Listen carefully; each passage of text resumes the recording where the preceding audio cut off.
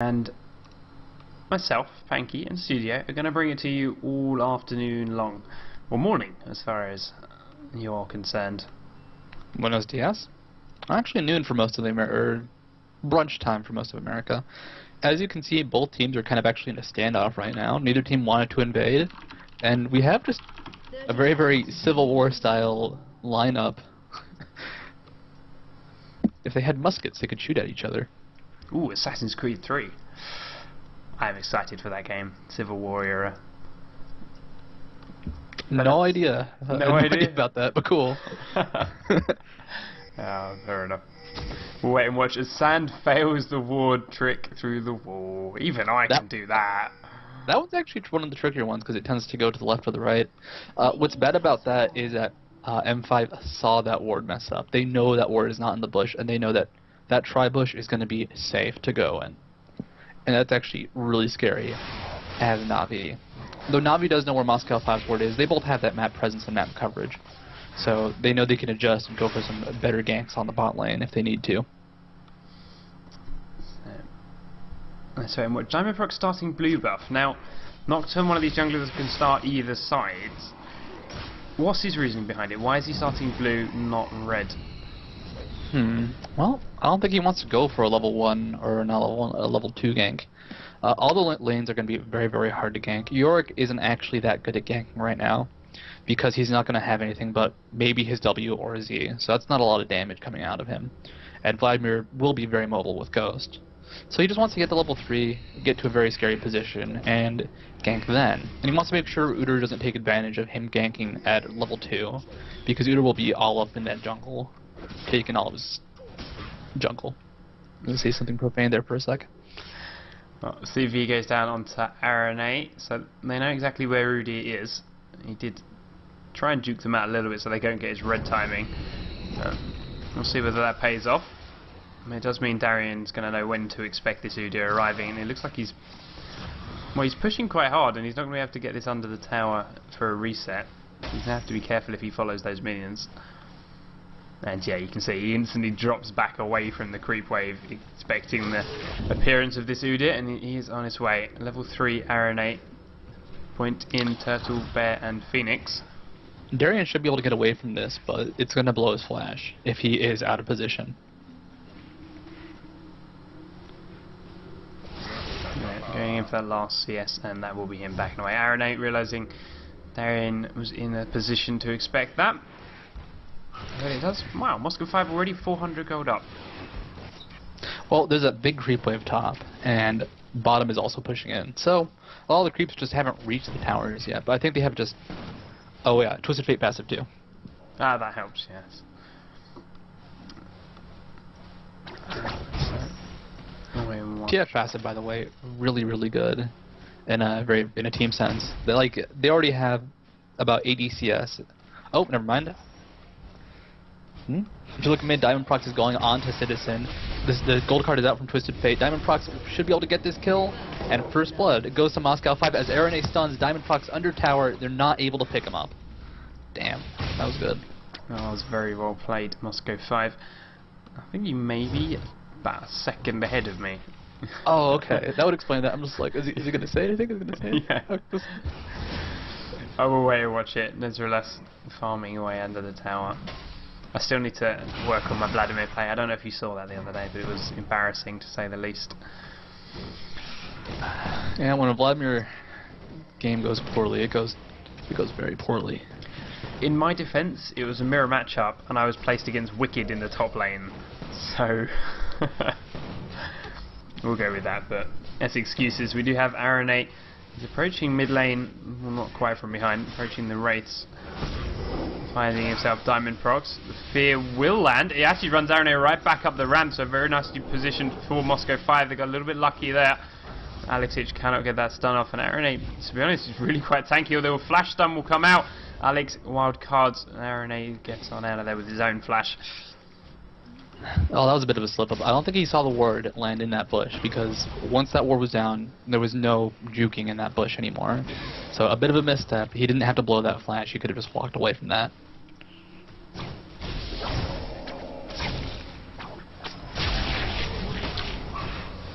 Let's He's a level up on Darien, but he's gone through all of his health potions. Darien's still got 3 up. Darien's actually been back after that first shove into the tower, so he's got himself a little bit of mana regen to help out.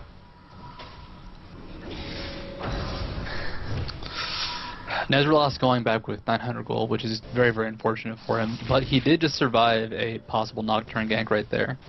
He did, and someone low bottom lane, Antigen 2v1ing without his Janna, forced to leave. Gosu Pepper diving under the tower just to cancel that recall, but with Janna coming around the backside, Antigen has done a lot of damage to this is so Gosu Pepper, and they've got vision of him through the bush. Genja doing his best to keep his support alive. Antigen comes in, takes another arrow to the face. Face, not any other part of his body. Antigen, literally the manliest player I've ever seen, going in for that last auto attack. By the way, the Ashe passive might have procced there. That 3% or so chance to crit might have actually come into play and gotten him a kill. But the gold advantage right now is just swinging into M5's favor. Bot lane, I think they weren't expecting the Ashe poke, and just the Ashe's rocket pressure has just been very, very high. He's been landing those volleys, been doing a lot of damage. Mid, that gank really kind of put the lane into motion, because now TF's farming very well, and Citizen can't do a whole lot. And then Vladimir versus Yorick is just going to be in Yorick's favor early on. There's nothing you can really do about that. So, not Citizen, NaVi has a very, very good AoE composition, so even with a bit of gold disadvantage, they can still do quite a bit. Aranate dropped a ward in this blue buff bush, waited for Diamond Prox to start it. Bear starts in wanting for the smite still, but didn't quite get there in time. Nocturne managed to grab that one out from underneath his nose, and as a result, Nox going to be a little bit level up, but Soraka taking punishment in bottom lane again. Antigen's back and healed up. Gosu Pepper needs to be careful, and with a TF teleport coming down into Sand, Sand will drop. Antigen's the next target, but the Galio teleport's gone as well. He's grabbed Gosu Pepper in his taunt. Gosu will fall. Antigen's on the run on the far side, drops down to Alex Hitch. Genja is a little bit exposed, but with Nocturne coming in to help out, the Ashe Arrow looked as if it missed, but Citizen will drop. Moscow 5, that is the power and mobility these guys have with the likes of Nocturne and Twisted Fate. I mean, right there, that was it. That was their composition. Like, one person goes down, TF goes down, Citizen follows, guess what, we have a Nocturne, we have another guy who can just fly right in here and beat you up. And that was just the amazing pressure that Moscow 5 has in this early part of the game. Once NaVi is able to group up safely and not lose too much farmer experience and push objectives, they can't use that. So they gotta maximize all this pressure and do as much damage as they can. Because a good Galio ult with a good Vladimir ult, that will just ruin their day. Wait and watch. Would you cast your Vladimir ult before the Galio ult, or while Galio's channeling?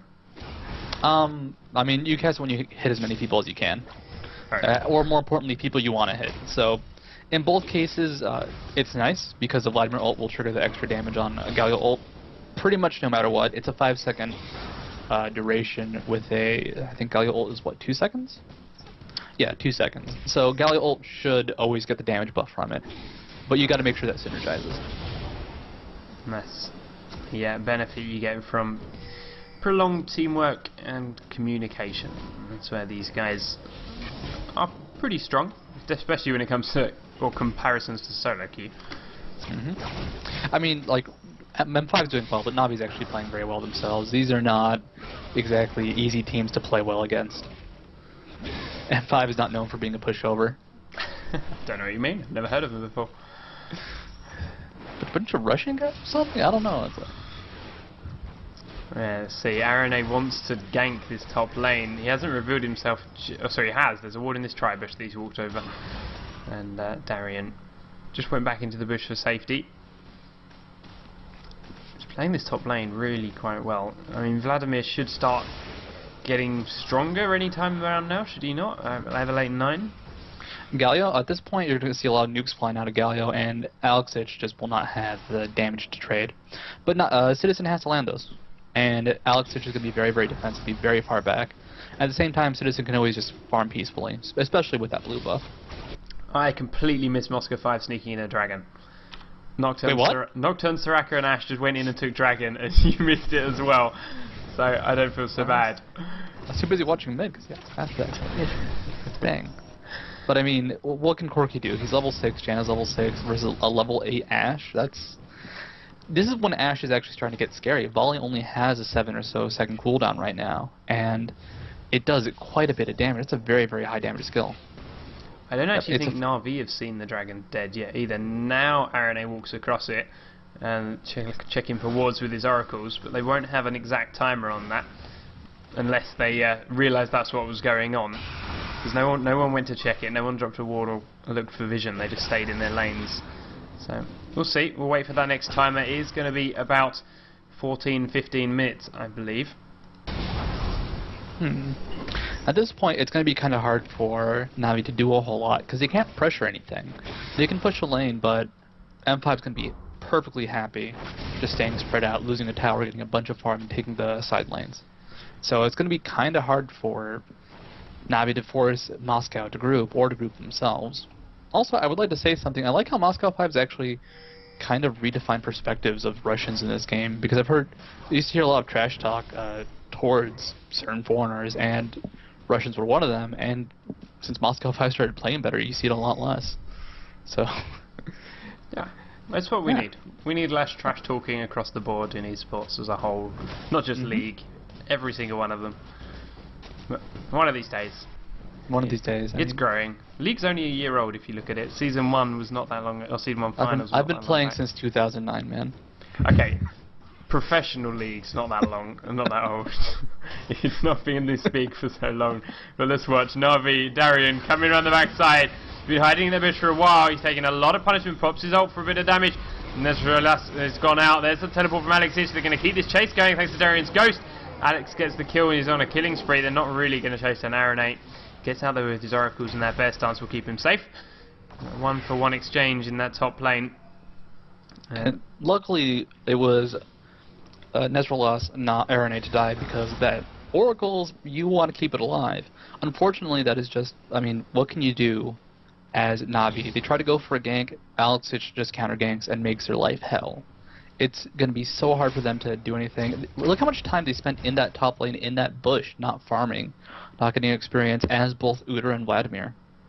So they're getting hit hard, and this might have just swung too out of control. This tower's going to die bot lane. You're going to see a gank come out from Alex and Diamond Prox just to get farther ahead. As I say, Diamond Prox had his ult in that top gank, but he didn't need it. He's going to use it down bottom. There it comes on into Antigen. Alex grabs the stun, tanks the tower first. Teleport comes out from Galio though, and they are looking to catch Alex around the backside.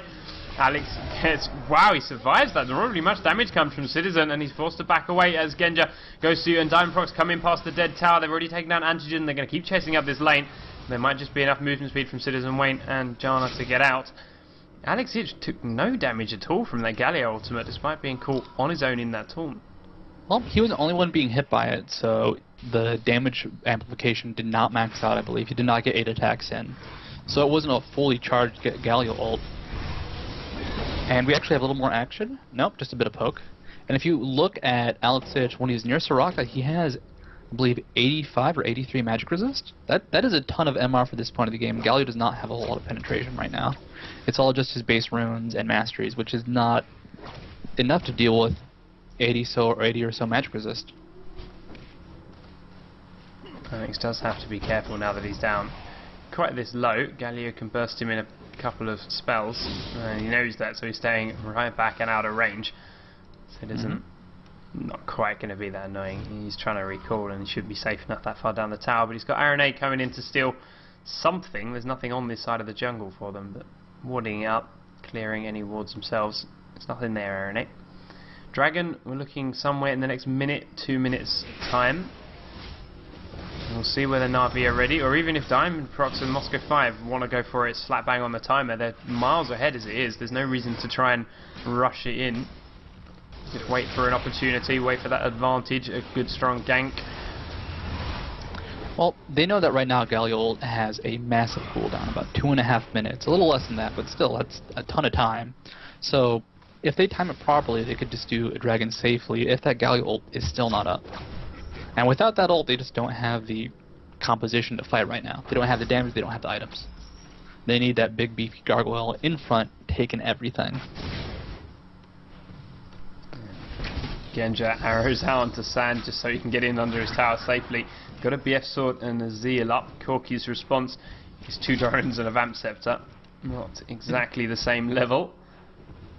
Oh, wait. That actually kind of makes a statement using your ult like that. It's saying that, you know what, I don't even want to try and go for a kill. I don't even care if I can't kill you in the next couple minutes. Because you know what, if I outfarm you, I'm just going to be stronger than you. Which I think is going to be the case at this point with Ashe. If Ashe stays far ahead, Corki just cannot compete with the damage of Volley and the awesome kite coming out. You see again? I mean, at this point, Antigen's farming from behind the wall with rockets to stay safe. And there it is. Moscow 5 straight in onto Dragon as it spawns. Diamond Prox and Gosu were there. Arane was about, but only because he was close. They see him trying to kill a ward. The Nocturne goes out, lands straight on in. The Alexic stuns there, and Sans ult is not enough to save him. He does flash over, will try and get away, but TF teleporting in right at the top side. He's going to meet Galio in the back. The exhaust is not enough to save him, and actually Galio missing that resolute smite on 4 members of Moscow 5. And they are playing phenomenally right now. Oh, they're playing very well this game. And there's actually one big thing about Nocturne and Twisted Fate. And actually Ashe a bit too, but not quite as much.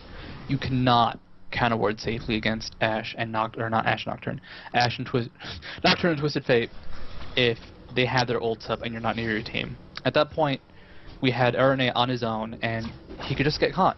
Because that ward's going to spot him, he's going to know he's spotted, and they're just going to have the mobility to catch him and kill him. So in that case, he thought he might have been safe, but you just cannot be safe against those characters when you're counter-warding. They will just catch you and kill you. And it's unfortunate that happened, because that is the Oracles. That is something they needed. They're down 6,000 gold, or 7,000 gold, when you factor in that Oracles, and I don't know what they can do to come back right now. I think if they try and force a team fight, they're going to be too far behind, and the damage from Ashe will just be too much with that Yorick backing her up. Alex Hitch is 5-0 and 160 CS. That is Twisted Fate's pretty good. Yeah, he's certainly up there. One thing I do want to mention while you say, oh, actually, we'll wait for Arane to get this possible gank on. He looks safe, but Galio, right? He's sitting there with a Chalice of Harmony at the moment, and I don't know how much you've seen of these public the beta, PvE public beta things with the Athene's Unholy Chalice. Everyone's screaming overpowered already, and all they've seen are numbers on patch notes so far. What's your take on it? I'd have to know how much gold it costs. Oh, as we have Alex Hitch being Dovan on. Is it Dover? It's Dovan, not Dovan. Dovan is not a word. So I made up a word, but that's okay because the gank didn't really happen. Yes, Alex the flash. The flash is burned, but I mean, Citizen and Arane could have tried to use skills. Nocturne would have showed up though, and they can't beat Nocturne. Udra's only level 10. They can't beat Nocturne and Twisted Fate combined, even with a good ult coming out from Citizen. It's just too much. Like I'm really scared for NaVi. I don't know what they can do. I don't know what I would be saying in this position if I was on their team. It's like one of those moments where you have to be very, very confident. Like, we can still do it, guys, but the optimism cannot carry you that far in a case like this. Because they're not. Just Darian, look at the way he's fighting onto Nezreles. And in fact, Alex is going to teleport in, land that gold card, land a normal card, and yeah, Nezreles stood no chance as soon as that TF teleport had started. And there will be a dead top tower as well. Alex and Darian are going to push that down. No one even close as far as no one even close as far as NaVi are concerned. Citizen almost lost his blue buff to that Ashe arrow. It would have been cheeky if she'd stole it with the splash. I've done that once, I'd like to say, but Citizen didn't quite have it down low enough at the time. They actually had vision of her, so I think they saw it happening. And I would like to say cheeky, fantastic word, as top tower is being pushed down by Darian and Alex Hitch, and Navi's just so spread out right now that what do they do? Well, for starters, they're starting fighting Gosu Pepper. There's another Oracle's up on Arane, and they did get a little bit of damage out, but then have to back away. They could have probably killed Gosu if they used Citizen Wayne's ultimate, but I don't think he wants to blow it on just that one Soraka. And Citizen and Arane are actually in a really bad position right now. Arane's caught. And he is caught flashing away from Alexic. There's the ult from Nocturne. They're going in between two towers. Galio ult gets cancelled immediately. Aranate tries to dive back, but the fear's too strong. And he doesn't quite have enough control for long enough. And they're going to switch on to Citizen Wayne. And Nezrelas has arrived. Citizen should be safe. And Moscow 5 are on the run. Goes to Pepper coming around the backside of the towers. Flashing after this very tanky Vladimir for now. Trollpool's underneath. Corky's here. Ash is still not arrived. Alex is the only one that's safe. And Moscow 5 hand a triple kill to Vladimir. Back up to 10 and 5, but it's still 10,000 gold down. Do you think NaVi have a chance now? Or is that too little too late? They gotta start getting some towers, and they gotta get it fast. Or maybe even go for this 21-minute Baron. They have to do something, and they have to do something big, and they have to do it now. They're gonna go for this Baron. It's what they need to do. That is awesome to take this risk. Because you know what? If they keep playing safely, they're screwed. They gotta watch out, though, because Genja might be able to kill Nezrelas, especially with that AoE damage coming out from Baron. There's volleys coming across. Sand doing the tanking, flashing, slowing. Knockup gets killed by the arrow instantly. TF ults out, teleports in. Ash goes for the kill onto Alexic, but Aranez arrives again. They're chasing Alex. He just gets slowed by Citizen Wayne. Where's the bear stance? The gold card goes out onto Antigen. Genja does so much damage. Alex is still not dead. Citizen Wayne and Aranez still chasing him down. Ghostu's arrived. Citizen's going to drop to Genja, who's still just arrowing away happily. They haven't actually touched her the whole time. And Aranate is the last remaining member of NaVi. Baron is going to get taken easily by Moscow 5. The whole team has arrived. Only Aranate here to try and stop it. Okay, he's got a smite, but it's going to have to be something special. Aranate, you got to do this. If you do not do this, you will lose. And there's the low health Baron. There's the ward. There's the smite. And it goes to Moscow 5. Aranate will pay for it this lifetime. He'll probably use his ult just to be sure. I would not be surprised to see a surrender vote come out. Like, this is... That's it. I mean, that is actually not... That is not something fun to predict. I do not enjoy predicting the surrender vote, but they were just so far behind. And, I mean, Moscow 5 played so incredibly well. And that last team fight, just a few missteps, like Janet tanking Baron for just a little too long. And she shouldn't have taken Baron at all, really, but...